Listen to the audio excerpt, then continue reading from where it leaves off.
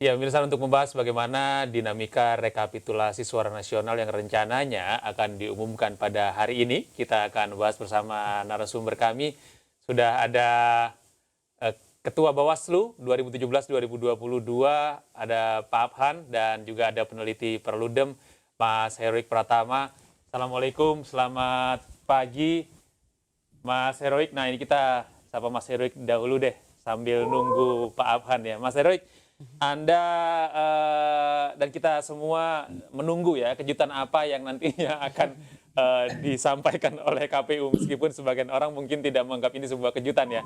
Tapi menurut Anda, apa yang ada di dalam catatan Anda dalam pelaksanaan rekapitulasi nasional tahun 2024 ini, Mas Heroik? Ya, kalau kita lihat memang hari ini adalah batas terakhir KPU dalam menentukan rekapitulasi hasil pemilu yang seperti kita ketahui di Indonesia rekapitulasi itu dilakukan secara berjenjang dan manual Iya, gitu ya. iya. Mulai dari KPPS, kemudian ke kecamatan dilakukan oleh PPK, lalu ke kabupaten kota, provinsi sampai dengan di level nasional. Hmm. Dan kalau kita lihat memang salah satu catatan yang paling banyak kita lihat adalah keterlambatan dalam proses rekapitulasi. Dan seperti kita ketahui, hari ini KPU akan melakukan rapat pleno terakhir untuk 2 provinsi gitu ya. Ada Papua dan juga Papua Pegunungan. Dan kalau saya tidak salah, di pemilu 2019 lalu juga, kedua provinsi ini yang waktu itu sebelumnya menjadi satu provinsi ya, karena kan Papua Pegunungan ini adalah daerah otonomi baru, yang kemudian baru langsung mengikuti pemilu di 2024 ini, yang kalau saya tidak salah Papua juga menjadi satu provinsi terakhir di pemilu 2019 lalu yang ditetapkan dalam proses rekapitulasinya. Nah tentunya memang banyak faktor Mas yang melatar belakangi. Misalnya adanya rekomendasi dari Badan Pengawas Pemilihan Umum untuk melakukan penghitungan suara ulang misalnya. Atau misalnya ada juga pemungutan suara susulan karena logistik yang terlambat sehingga kemudian proses rekapitulasi menjadi terlambat. Lalu ada juga problemnya misalnya yang seperti kita ketahui misalnya ada juga PPK yang memang dalam hal ini kalau di dalam konteks Papua adalah distrik gitu ya, yang kemudian terlambat dalam melakukan proses rekapitulasi. Nah, namun memang di sisi lain, undang-undang sudah mengamanatkan bahwa batas akhir maksimal yang dilakukan oleh KPU dalam proses rekapitulasi dan menentukan hasil pemilu itu ada 35 hari. Dan 35 hari kalau kita hitung dari 14 Februari adalah jatuhnya di hari ini di tanggal 20 Februari. Artinya KPU tidak boleh lebih nih dari hari ini, karena kalau kemudian lebih dia dalam melakukan rekapitulasi itu artinya menyalahi peraturan perundang-undangan yang sudah diatur di dalam Undang-Undang 7 tahun 2017 seperti itu. Baik, Mas Heroik, kalau ini hak angket jadi begitu diajukan ya, ini kalau Anda melihatnya dari perspektif Anda, bagaimana kira-kira nanti kondisi perpolitikan di negara kita ini sebelum pelantikan presiden dilakukan?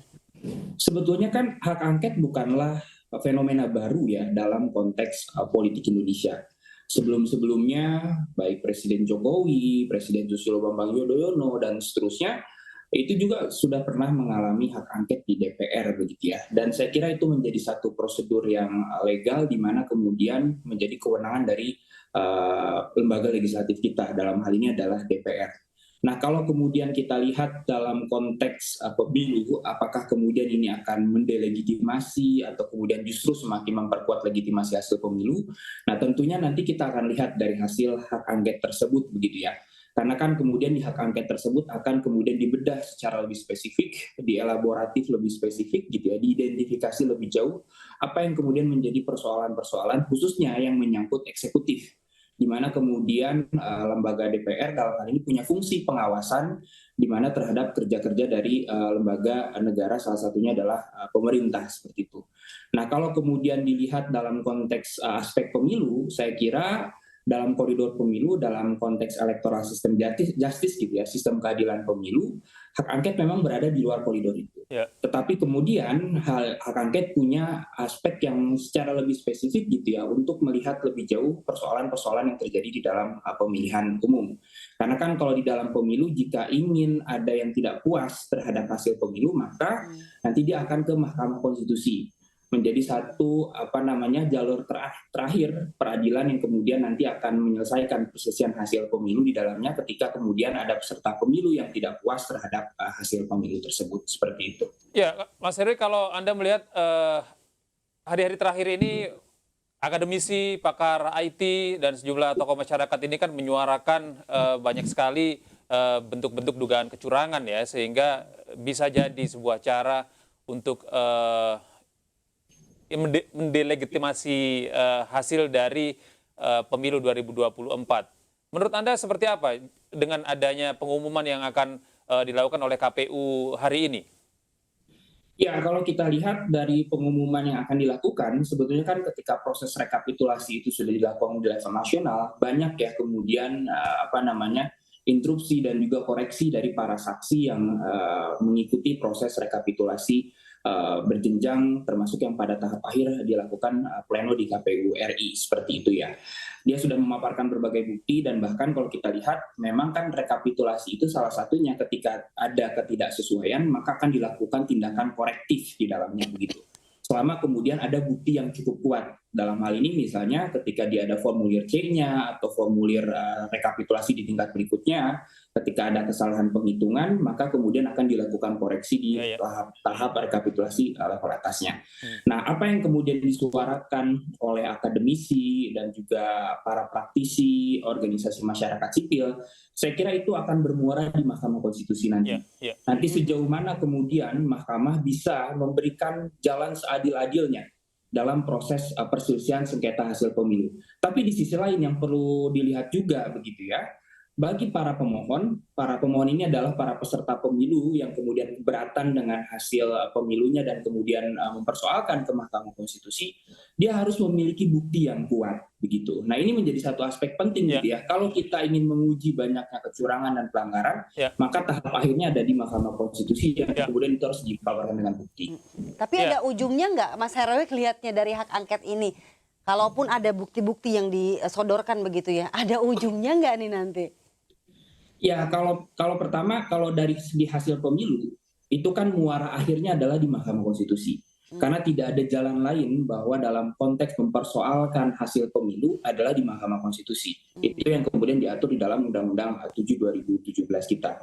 Tapi di sisi lain memang Mahkamah Konstitusi hari ini punya tantangan gitu ya.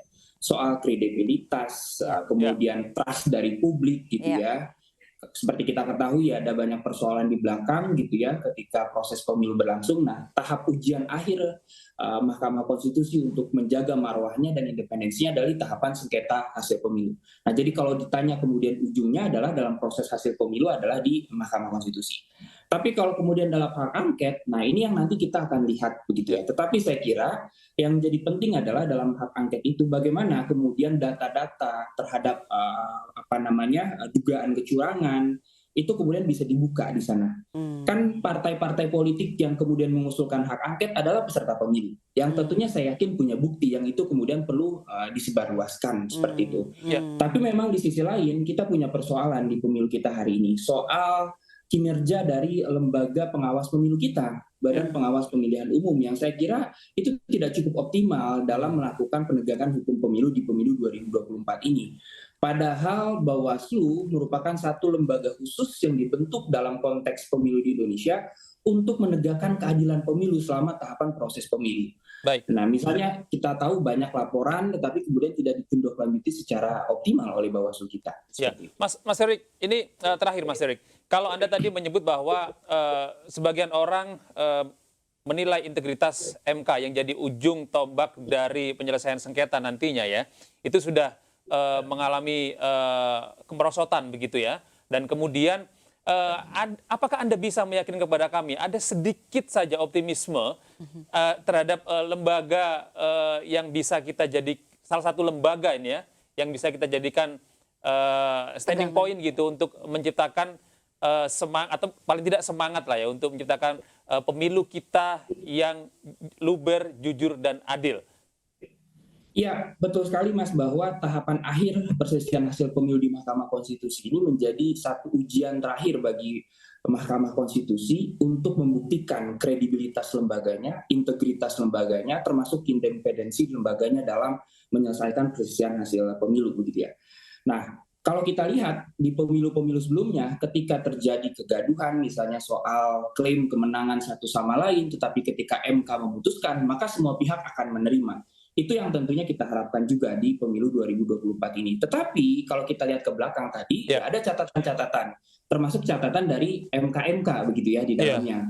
Ada sanksi etik yang dijatuhkan kepada mantan ketua MK sebelumnya, yang kalau kita lihat sebetulnya salah satu angin segarnya dari putusan MK-MK tersebut adalah hakim tersebut dilarang terlibat dalam kemudian persidangan perselisihan hasil pemilu yang kemudian punya konflik of interest.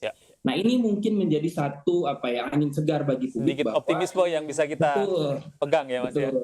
Dan nanti yang perlu kita lihat yang tidak kalah pentingnya adalah setiap persidangan di MK ini kan terbuka untuk publik ya. Kita bisa saksikan di YouTube. Nah, salah satunya kita bisa lihat bagaimana kemudian hakim MK dalam menjalankan persidangan itu dalam bentuk ucapan dan tindakan yang dilakukan di dalam selama persidangan menunjukkan dimensi integritas dan independensinya begitu ya. Nah, jadi publik nanti kita meskipun tahapan pemungutan penghitungan selesai, tetapi kan tahapan akhir pemilunya belum selesai. Maka dari itu saya mengajak publik nih, yuk kita sama-sama kita saksikan persidangan di MK, dan kalau ada kemudian tingkah laku perilaku hakim yang kemudian tidak sesuai gitu ya, yang melanggar kode etik hakim dan kemudian dia tidak bertindak imparsial seperti itu ya dalam proses pemeriksaan dan pleno, maka kita bisa laporkan seperti itu. Baik, terima kasih banyak Mas Heroik atas informasinya pada hari ini di iNews Today. Selamat beraktivitas, sehat-sehat selalu Mas Heroik. Demikian tadi narasumber kita Mas Heroik dari Perludem yang sedikit memberikan kita sedikit optimisme ya, little bit of optimism. Begitu Perlu ya. itu. Perlu itu.